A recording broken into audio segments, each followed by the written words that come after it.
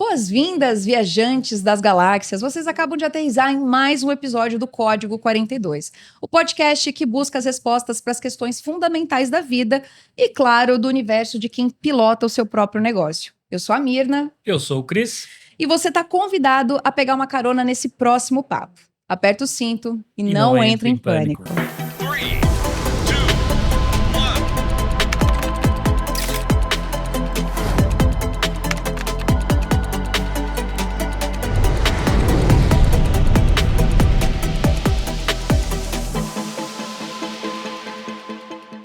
Vamos lá!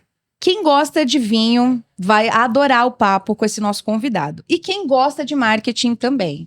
Isso porque o convidado desse episódio é uma pessoa que ela consegue conciliar não só essas duas paixões, como também a rotina como professor universitário, CEO de um grupo de soluções em marketing, tecnologia e gestão, além de investidor anjo de startups inovadoras. Esse cara é brabo, hein? É brabo. Quem vai enriquecer a viagem de hoje é o fundador da Hyper. Pode chegar, Dario Pérez. Nossa, ficou bonito isso, hein? Gostei.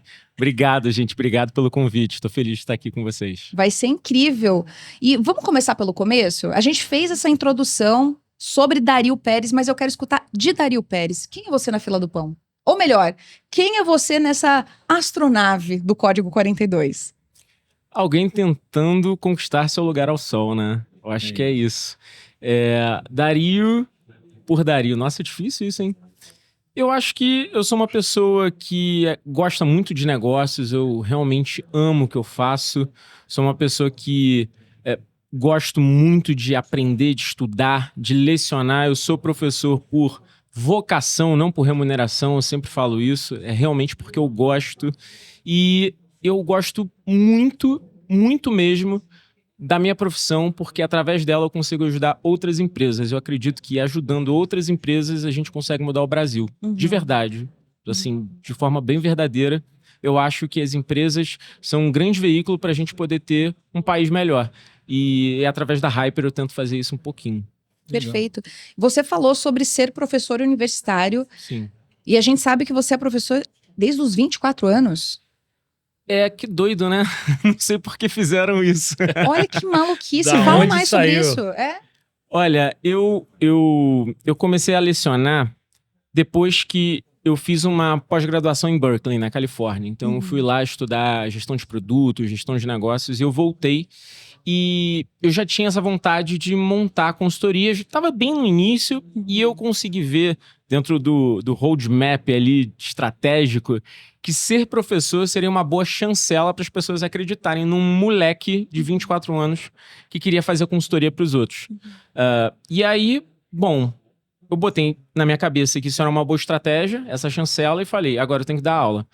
E aí eu fui bater de porta em porta, falando com vários coordenadores de curso, para eles me aceitarem a lecionar. Obviamente, nenhum me aceitou de cara. Mas teve um coordenador, que inclusive foi meu coordenador de faculdade, o Bittencourt, Luiz Bittencourt, da Veiga de Almeida, e ele falou: Dario, você era muito empenhado, eu acho que, você é muito inteligente, mas eu não posso te botar para dar aula aqui do nada. Então, o que eu vou fazer com você? Eu vou te encher de palestra, de aula inaugural, de qualquer coisa que eu precise, você vai ser meu step. E, bom, eu aceitei. E aí, eu passei uns 3, 4, 5 meses dando qualquer tipo de aula, aulinha mesmo, até que surgiu uma chance de eu dar aula de gestão de vendas. Ele falou, olha, esse professor eu vou ter que mudar ele de cadeira e eu acho que você consegue dar essa aula. Cara, eu dei essa aula, fui muito bem avaliado. Depois dessa boa avaliação, eu consegui outra cadeira, até que dentro de um ranking que teve na universidade, eu não fui o primeiro, mas eu fui o segundo professor mais bem avaliado da instituição.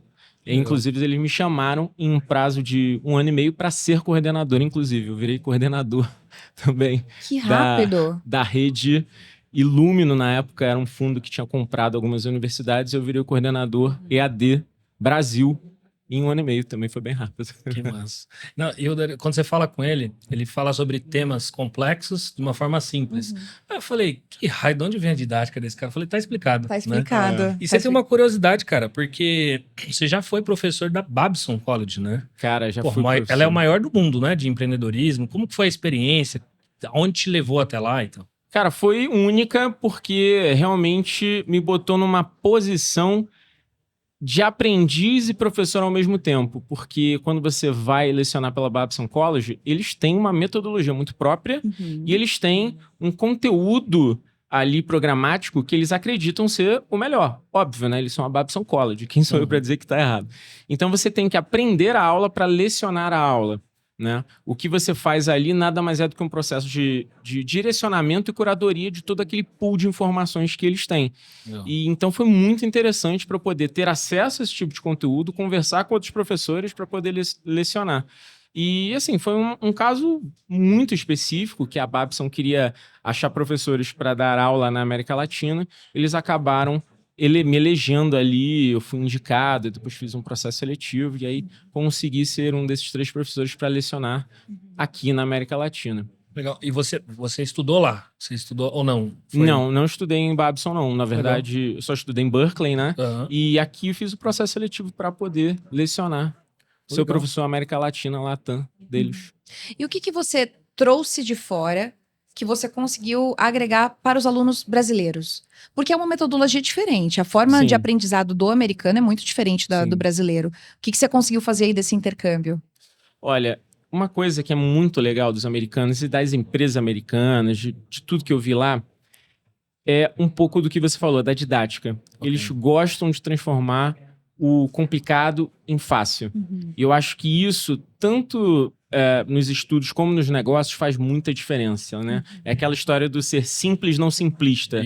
E isso virou quase um mantra para mim, eu acho que eu tento lecionar isso para os meus alunos. Uma outra dinâmica também é que eles gostam muito de frameworks, de canvas, de posições estruturadas para facilitar. Eles são muito focados em ferramentais para você aplicar dentro do negócio. E isso hoje está até muito mais difundido, mas na época ainda estava muito no início. Então eu criei até um pool de ferramentas para as minhas aulas, onde os alunos conseguiam aplicar de forma mais fácil dentro dos negócios. Eu acho que isso foi muito legal e eu comecei vendo lá fora. Quando eu fiz a Universidade da Califórnia, Berkeley, o que eu aprendi lá não teve nada novo, mas foi tudo diferente. Entendi. E a gente está falando isso em que ano, mais ou menos? Porque falar de framework hoje, todo mundo fala. Agora, que ano que você começou a ter acesso a isso? E como é que você também deixou palatável para o linguajar do brasileiro? Porque eu acredito que, sei lá, se a gente está falando isso do início dos anos 2000, 2010, que seja, que é o boom das startups aí, talvez isso não fosse tão palatável, se fosse uma palavra difícil. Até a gente estava falando mais cedo sobre programa de TV e o quanto isso pode ser complexo da perspectiva de linguagem, comunicação. Como é que foi para você esse processo? Legal. Foi em 2013, tá? Então tem pouco mais de 10 anos. E eu vou te falar que não foi fácil, tá? Eu tive muita dificuldade de conseguir transformar isso em palavras que o brasileiro conseguisse pegar. Brasileiro, como se eu não fosse brasileiro, né? Não, mas o cara gringo assim, é foda, né? Você fala... Mas eu digo assim, porque você sai de lá muito com o mindset que eles impõem, né? E aí traduzir isso foi difícil para mim, principalmente porque aqui a gente tem realmente um ensino muito baseado em livro, muito baseado em conteúdo expositivo, sabe? Não é um conteúdo que você consegue trabalhar de forma como andragogia, né? Como sistemas rizomáticos que a gente vê em todo o processo pedagógico de ensino. Então foi difícil porque eu também não tinha essas habilidades, eu fui buscar essas habilidades para poder criar uma aula que fizesse mais sentido, não só em aula, mas também nas consultorias. Porque uma coisa interessante é que a gente ainda tem, no Brasil, eu acho que cerca de 80%, 85% de pessoas que não falam inglês. É muito grande ainda o Brasil, né? E o Brasil é isso, é esse país continental. Então, quando você vai fazer um processo de consultoria ou dar aula, muitas vezes aquele profissional, aquele CEO, aquele dono de empresa, ele não consegue ter acesso a isso justamente por essa barreira que é criada não só pela língua, mas também pela forma como a gente é habituado a aprender. Aquela coisa de copia e cola, copia e cola, copia e cola. E lá, eles jogam as coisas para vocês e te forçam a pensar como aquilo pode ser aplicado aos seus problemas. Eles não dizem, olha, isso se resolve assim. Eles dizem, olha, para você resolver isso, você tem esses caminhos. Você precisa ter o pensamento crítico, você precisa criar o seu próprio pensamento analítico para escolher os caminhos que você vai seguir. Isso foi difícil, de fato, foi um processo de aprendizado, mas eu acabei conseguindo, né, pensar como isso poderia se tornar mais palatável, e foi muito através das ferramentas e de entender justamente que lá eles pensam assim e eu tinha que fazer os alunos pensarem da mesma forma para fazer o que eles conseguissem entender como é que as grandes empresas, os grandes professores lá de fora pensam e fazem, e gostam de lecionar, né? Gostam de ensinar. A gente está falando muito desse intercâmbio Estados Unidos-Brasil. E o que você levou do Brasil para os Estados Unidos? Porque aqui também é uma terra muito fértil de empreendedor, certo? O brasileiro é um empreendedor. Veja vocês aqui, nós três empreendedores de áreas muito diferentes. E eu sei que a gente pode contribuir muito para esse ecossistema. O que você acredita que foi a maior contribuição do que você tirou daqui e levou para lá? A indústria criativa do Brasil é absurda, né? Okay. Assim, isso é uma coisa que é impressionante. E aí, eu vou puxar um pouco essa linha para o meu lado, que o carioca ainda por cima é mais criativo ainda, né? Então, assim, a gente aprende desde o início a se virar. Isso é uma coisa muito brasileira, sabe? A gente consegue fazer do limão uma limonada. E isso faz com que a gente realmente tenha um senso criativo que é muito importante nos negócios. Eu acho que essas habilidades, essa soft skill que a gente tem aqui enquanto brasileiro, só por ter nascido no Brasil, é uma coisa que eu acho que os americanos e o resto do mundo não tem tanto quanto a gente. Então, até quando eu ia conversar com as pessoas lá fora, a nossa habilidade de conseguir ver uma questão e pensar num problema, ter esse raciocínio rápido, ter a malemolência, né, o jogo de cintura, é uma coisa muito legal, é uma coisa que acabou me marcando e marcou inclusive os amigos que eu tenho até hoje, que são lá de fora, porque eles falam, o brasileiro, né, é o ginga, né, ele fala ginga, ficam brincando assim. Por isso, eu acho que o brasileiro tem muito esse jogo de cintura, né?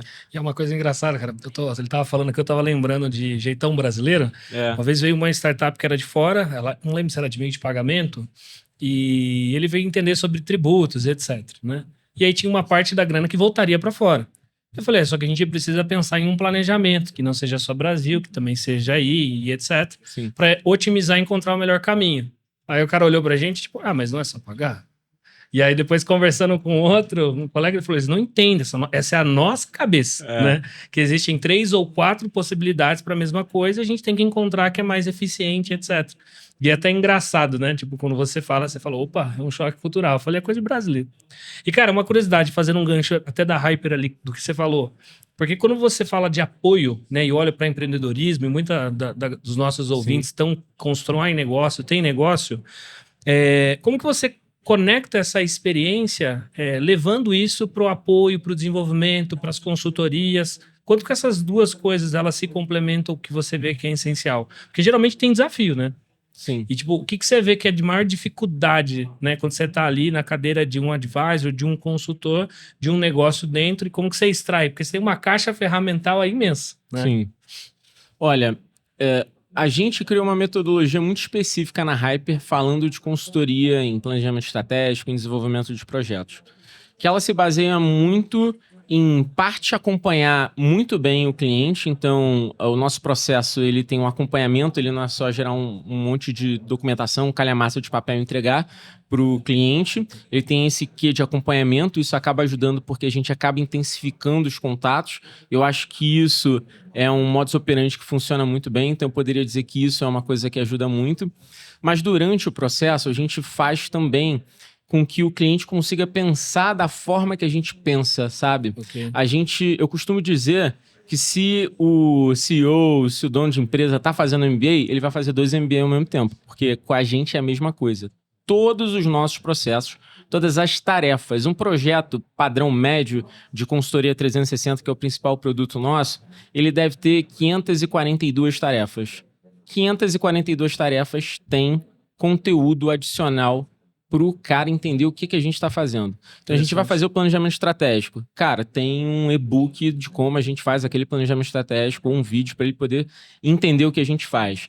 Tem que fazer um processo de, sei lá, um processo comercial de SDR, closer. Como é que ele atua com SDR, o que é SDR, o que é closer. A gente ensina durante um processo, entende? Isso faz com que ele consiga beber das mesmas fontes e aí a conversa fica muito justa, fica muito fair, porque ele entra dentro desse mundo e fica muito mais fácil a gente desenvolver. E aí que entra o grande barato. Chega um momento na consultoria que o CEO, o dono da empresa, o diretor, ele pensa junto com a gente. Ok. Isso que é o mais legal. Porque lembra que eu falei que lá fora a gente mostra os caminhos e a gente tenta ensinar como ele consegue ter a capacidade de decidir qual é o melhor caminho? É o que a gente tenta fazer aqui também. Porque existem várias formas de fazer a mesma coisa. Qual é a melhor forma para você? Não tem como eu dizer. Eu posso te mostrar os caminhos e você entender qual serve mais para o seu tipo de negócio. Afinal, ninguém é melhor do que você para saber do seu negócio. Eu entendo muito de gestão, mas eu não vou entender como você entende do seu negócio. Agora, eu posso te guiar pelas melhores práticas, pelas melhores guidelines em como você resolve aquele problema. E é isso que a Hyper tenta fazer. E você acha que isso, até pegando esse gancho, que quando a gente fala, geralmente, para muitas pessoas, eles querem o framework, ou as tarefas, ou o playbook, o negócio meio pronto. E essa sua provocação cara, não é que tá pronto. Tem aqui 6 hipóteses, né? Que elas podem se ramificar e em cima disso há uma construção. Você acha que isso é uma das grandes dificuldades quando a gente fala com empreendedores de crescimento? Isso é um desafio que você tem ali? Como que é esse fluxo, sabe? Olhando para empreendedores. Eu falo porque no mundo de tecnologia, geralmente o pessoal fala, ok, como que eu replico isso? Você tem um modelo? Como que faz? Mas como fulano faz? Só que eu falo, cara, depende. Tempo, momento, produto, pessoas, processos, porque se você tiver uma variável que seja entre um contexto e outro, cara, você não vai ter o mesmo resultado que ele, sabe? Você acha que essa busca, assim, por padrões ou de receber informação mastigada e só execute é algo que os empreendedores têm muito focado ou não, né? Ou você vê alguma outra grande dificuldade? Boa pergunta, Cris. Dentro de uma empresa, você tem 3 níveis, né? O operacional, o tático e o estratégico. Os empreendedores, normalmente, ele começa na parte, né, operacional. Sim. É normal isso. E quando você está na parte operacional, esses tools, essas ferramentas funcionam muito bem. Porque é operacional, você não tem que pensar muito. É plug and play. Então, funciona muito bem. Só que, como todo empreendedor, como toda startup, ele precisa ir do 0 a 1, do 1 a 10, do 10 a 100. Quando ele sai do 0 a 1 com esse pool de ferramentas operacionais, ele pensa que do 1 para 10, ele também vai usar o mesmo tipo de framework, a mesma metodologia para conseguir fazer mais. E aí que entra o grande problema. Quando ele tem que começar a pensar no tático e estratégico, ele não consegue fazer isso. Entendi. Porque ele precisa olhar para aquelas ferramentas e entender quais são os melhores caminhos, dada a questão de cenário que ele vive. Porque cada empresa vai ter um cenário muito peculiar. Então, ele realmente precisa ter esse pensamento crítico, entender todas essas ferramentas para poder saber como ele vai utilizar elas. Porque senão é muito fácil, senão todo mundo seria rico, né? Senão todo mundo consegue dinheiro. É só olhar um framework, aplica o framework e tá bom, tá tudo certo. E não é assim. Você precisa realmente desenvolver esse pensamento crítico, ter uma boa capacidade analítica de cenário para conseguir ter os melhores resultados. E é muito nisso que eu vejo o grande problema. Ele começa a ser acostumado a trabalhar de forma operacional e aí aqueles tools, aquelas ferramentas, aqueles playbooks funcionam muito bem e a partir do momento que ele tem que ir para o tático, para o estratégico, ele tem que pensar e saber que não basta só ele seguir o by the book. Ele tem que entender ele tem que ver toda essa capacidade de operação da empresa, entender toda a dinâmica de cenários para poder entender quais são os melhores caminhos. E eu acho que é nisso que eles acabam pecando e é muito nisso que a gente tenta trabalhar. Perfeito. E até mudando de assunto, aqui a gente está de podcaster para podcaster.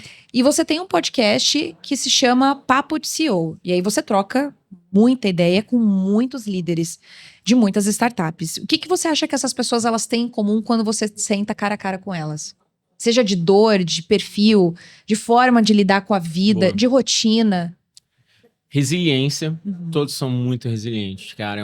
É uma questão muito forte dos founders brasileiros e por empreender, né? Principalmente no Brasil, não tem jeito. Resiliência é uma coisa muito forte. Disciplina. Todos os CEOs são muito disciplinados. Não em tudo na vida, mas em muitas coisas. Okay. E a gente tem esse grande... Ufa, não, só pra respirar, né? Essa porque... Ai, meu Deus, passei no teste. Passei no teste, tô tranquilo. Até respirei agora. Mas esse ponto é importante sobre disciplina e resiliência, porque a gente vê muita gente de Instagram, muita gente daí das mídias sociais falando, não, você tem que ser disciplinado em tudo, poxa, você tem que acordar às 5 da manhã, 6 da manhã, e tem que malhar até às 7, aí toma banho de água fria. Se você não faz isso todos os dias, pô, você é um zero à esquerda. Cara, nenhum desses caras faz isso todos os dias. Ninguém faz isso. Impossível, né? É impossível. Muito pelo contrário. Esses caras muitas vezes não têm essa capacidade de ter essa agenda. Mas o que eles são é disciplinados em determinadas questões dentro da empresa. É conseguir fazer repetidas vezes dentro do negócio diversas questões até conseguir chegar à excelência. E de forma incansável. De forma incansável. Então, não, eles não são disciplinados em tudo, então a gente pode aliviar, mas eles são disciplinados em muitas coisas. E resiliência e disciplina. Uma outra coisa também muito legal que eu vejo, em termos de parâmetros que a gente consegue ver dentro desses mais de 140 CEOs que a gente já entrevistou lá, é que eles gostam, de alguma forma, de inovar. Eles gostam de inovar.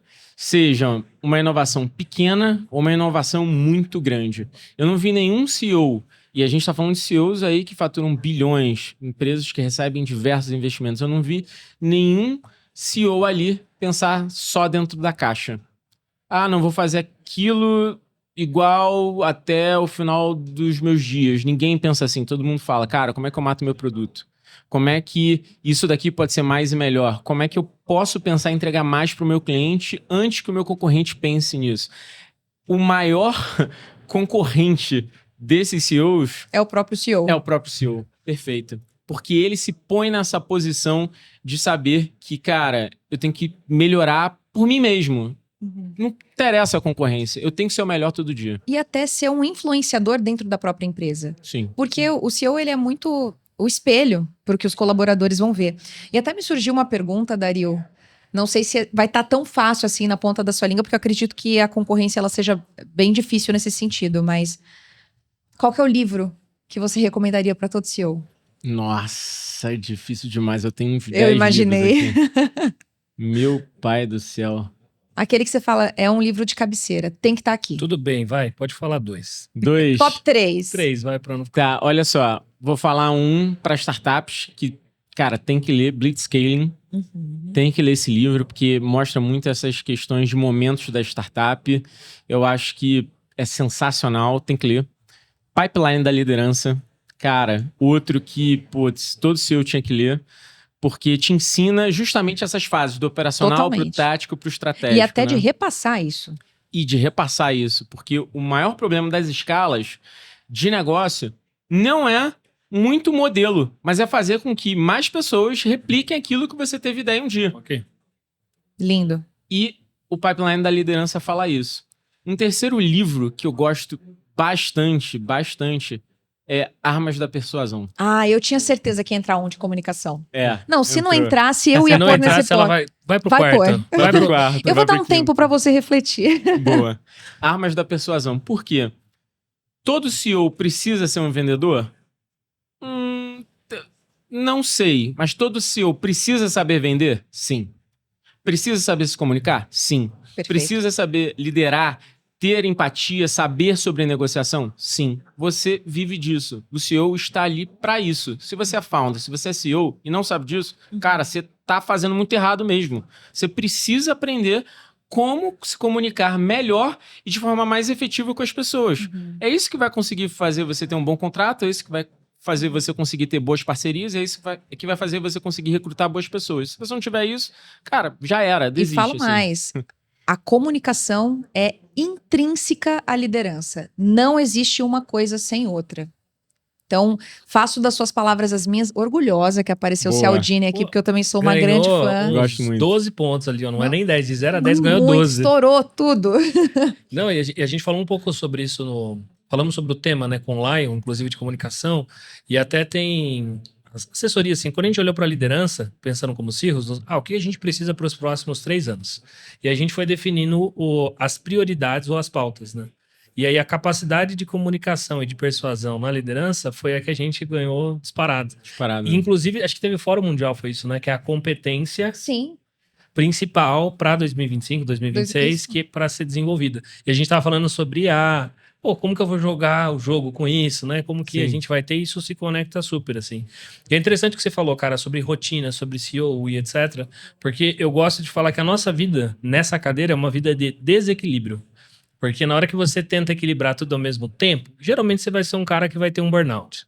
Esse é o fato. Porque aí você está esgotando muitas coisas ao mesmo tempo. E aí quando é desequilíbrio, o que é importante para mim? E aí eu me guio assim, né? Cara, onde eu tô? Tô no desafio de competências de você formar ou escalar aquilo que você aprendeu. E aí eu tenho que entender sobre pessoas, sobre cultura. E aí cada momento você tá focado mais em uma coisa do que em outra. Obviamente é de ponto. E como que, para você, Dario, assim, se equilibra isso? Até pensando como CEO, apoiando outras empresas, fazendo consultoria. Porque a gente tem várias coisas na nossa vida que a gente vem e replica, né? Do ponto de vista prático. Então, um exemplo prático, assim, cara, você é um cara que curte, tem paixão ali por vinhos. Muito. O que você aprende, você vê disso, sabe? E traz para sua vida pessoal, seja olhando para soluções, posicionamento, para marketing. Como que você faz esses deparos com coisas que a gente vivencia nas nossas vidas e traz isso, de certa forma, em aplicação para os próprios negócios? Legal. Assim, primeiro sobre equilíbrio. Eu acho que realmente não existe equilíbrio e... Na verdade, o melhor equilíbrio é você saber rebalancear constantemente a sua vida.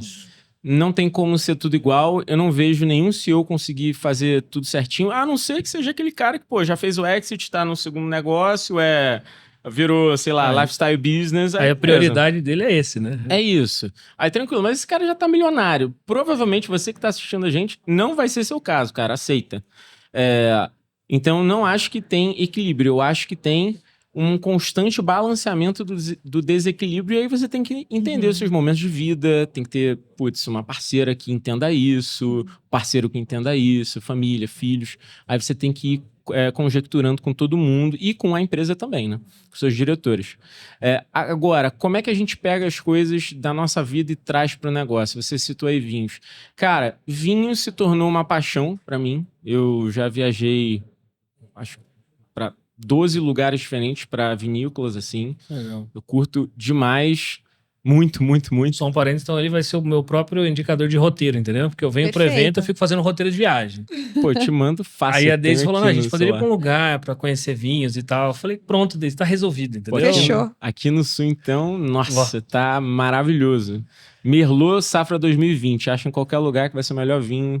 By far. Então fica aí a indicação para os nossos ouvintes para escutar esse podcast. Sem erro, posso levar esse golaço. Do Sul, difícil você pegar um vinho ruim Merlot Safra 2020, que foi no período da pandemia, né? Okay. E aí todos os vinhedos deram uvas fantásticas. Não teve interação do homem. Olha que coisa legal. Interessante. E aí, por isso, os vinhos, cara, foram as melhores safras. É só comprar. Mas sobre vinho, né? Eu curto muito sobre vinho, gosto muito sobre vinho. E como é que o vinho interage com tudo isso? Cara, eu acho que o vinho é esse contrabalanceamento que eu busco, sabe? De botar mais leveza nas coisas, de, cara, sei lá, ter um momento ali que eu consigo juntar meus sócios e beber vinho e a gente, depois de um dia estressado, cara, usar essa ferramenta ali de união. Porque, cara, eu sou estressado, velho. E pessoal... de reequilíbrio. Exato. Eu sou estressado. O pessoal sabe. Matheus que tá aqui, depois tu conversa com ele como é que são as discussões. São bem calmas, para não dizer o contrário. E eu uso o vinho muito para isso, sabe? Eu acho que o vinho é uma válvula de escape para tudo. Com a minha mulher, com os meus sócios, até com o cliente, cara. Tipo, quero comemorar alguma coisa. Vamos beber vinho. Cara, quero discutir a relação. Cara, vamos beber vinho. Entendeu? Daí você fala, 2 garrafas, depois a gente começa. Depois a gente entra. Então, o vinho está muito presente assim na minha vida e eu uso ele realmente de forma estratégica mesmo. Nos negócios, porque virou um hobby, virou um prazer que eu tenho. Eu tento incluir em tudo, cara, assim, de verdade. Aqui, por exemplo, eu tava ali no stand e todo mundo que passava comecei a fazer uma brincadeira. Tu perdeu. Dei vinho para todo mundo lá. Ah, não acredito. Então, bora passar lá. Bora passar lá. Boa. E Dario, pra gente fechar esse episódio que foi riquíssimo de conteúdo, Bom. aqui é a pergunta que não pode faltar. O que não pode faltar na mochila de quem tá começando a explorar esse universo do empreendedorismo e por quê? Boa. Cara, não pode faltar raça. Se não tiver raça, força de vontade, você não sai do lugar. Porque você tem o Brasil, que é um ambiente hostil para o empresário. Eu adoro o Brasil, tá? Eu não sou desses caras que ficam falando, Brasil, não sei o quê. Não, eu adoro o Brasil. Eu acho que o Brasil é realmente um país do empreendedorismo, mas a gente sabe que é um país complexo para se empreender. Você tem o Brasil, que não joga tanto a seu favor. Você tem toda essa parte burocrática, que em crise, inclusive, ajuda contábil, que é realmente muito complexa. Se a gente for olhar nos Estados Unidos, nem passa perto de tudo que a gente tem que fazer. E você tem aqui o tentar fazer muito com pouco, porque realmente é um país escasso em capital. A gente tem muito capital, mas o capital é muito caro.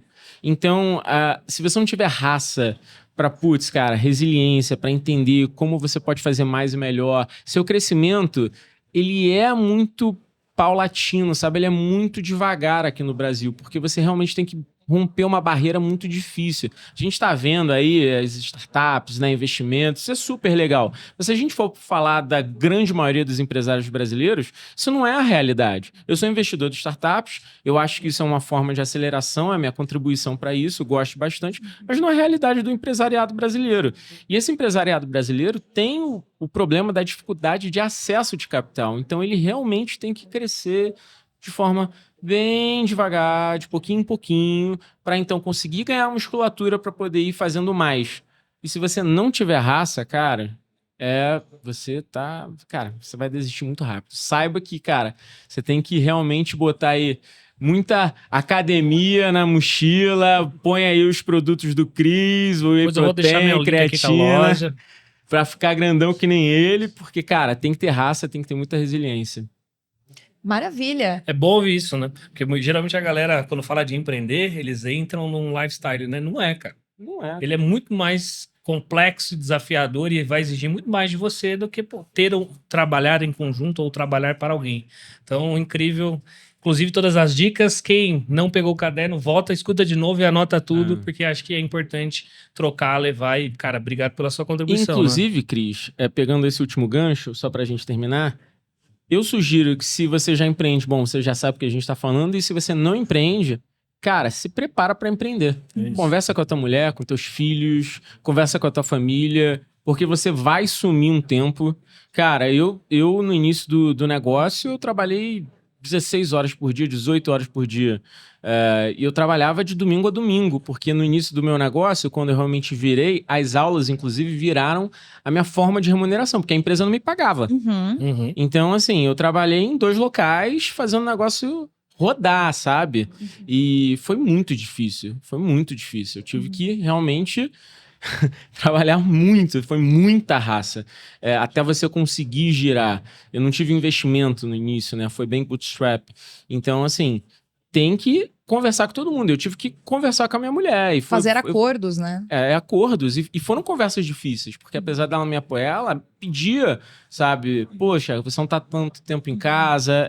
Tem cobrança, assim, da família, da minha mãe.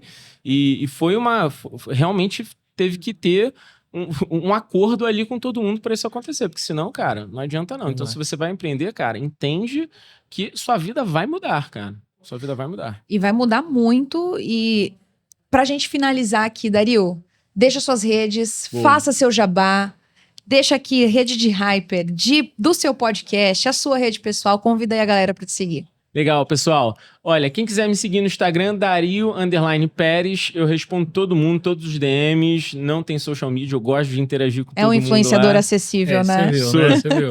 Inclusive, galera me pergunta ali, consultoria no Instagram, eu respondo mesmo, adoro fazer isso. Sou professor por vocação, não por remuneração, já disse isso. LinkedIn é a mesma coisa. Se quiser seguir a Hyper, Universe Hyper no Instagram, também no LinkedIn. E não deixe de seguir também o Papo de CEO, que tem muita história boa lá. Eu consigo também trazer alguns insights para vocês. E aí, @Papo de CEO no Instagram, Spotify, Papo de CEO, tem no YouTube também. Só seguir lá. Maravilha. Para você que chegou até aqui, se não chegou, volte e assista, porque esse papo tá valendo a pena você pegar papel e caneta para ver. Siga a gente em todas as redes sociais, @código42podcast. Cristiano.ffreitas. @MiaBolraf. Manda para todo mundo que precisa saber disso. Te esperamos no próximo episódio. Até mais. Até lá. Até.